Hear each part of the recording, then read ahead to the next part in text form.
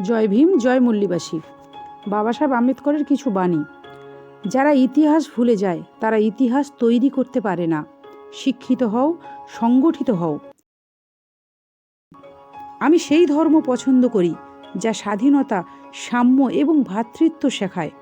জীবন দীর্ঘ না হয়ে মহান হওয়া উচিত। যদি আমি দেখতে পাই যে সংবিধান অপব্যবহার হচ্ছে, আমি প্রথম এটি পুড়িয়ে দেব। মনের চাষ হওয়া উচিত মানুষের অস্তিত্বের চূড়ান্ত লক্ষ্য।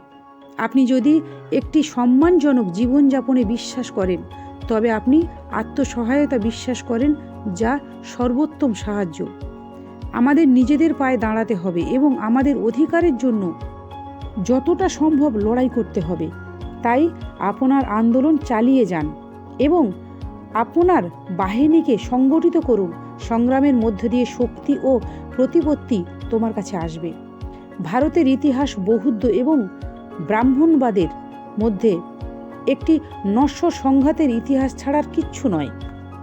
নারীরা যে অগ্রগতি অর্জন করেছে তা দিয়ে আমি একটি সম্প্রদায়ের অগ্রগতির পরিমাপ করি।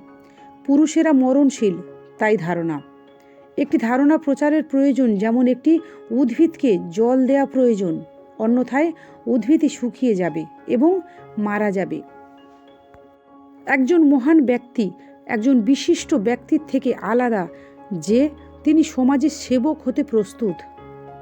আইন শৃঙ্খলা শরীরের রাজনীতির ঔষধ, এবং যখন রাজনৈতিক শরীর অসুস্থ হয় তখন ঔষধ দিতে হবে।